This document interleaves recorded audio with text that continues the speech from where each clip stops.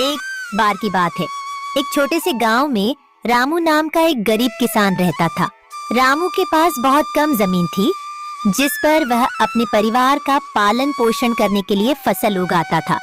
हर साल वह बड़ी मेहनत से फसल बोता और उसकी देखभाल करता, लेकिन प्राकृतिक आपदाओं और मौसम की मार के कारण उसकी फसलें। रामू के पास पैसे नहीं थे कि वह अच्छे बीज, खाद या सिंचाई के साधन खरीद सके।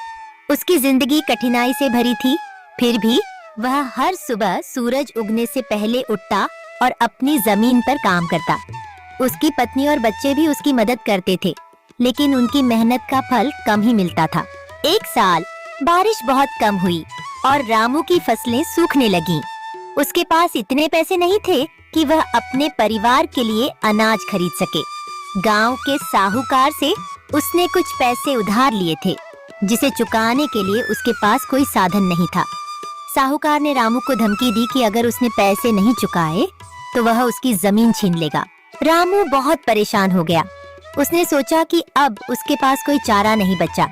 एक दिन वह गांव के मंदिर में गया और भगवान के सामने अपनी समस्या रखी। उसने दिल से प्रार्थना की और मदद की गुहार लगाई। रामू की प्रार्थना सुन ली गई।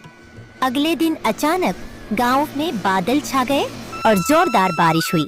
रामू की सूखती फसलें अचानक जीवित हो उठीं। उसके खेतों में हरी भरी फसलें लहलहाने लगीं। वह खुशी से झूम उठा और उसने अपनी मेहनत जारी रखी।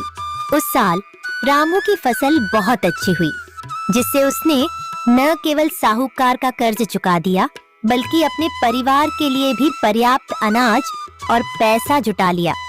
उसकी ईमानदारी और मेहनत रंग लाई और उसकी जिंदगी फिर से पटरी पर आ गई। इस घटना के बाद रामू ने सीखा कि कठिनाइयों में भी हार नहीं माननी चाहिए। मेहनत और धैर्य से हर मुश्किल को पार किया जा सकता है।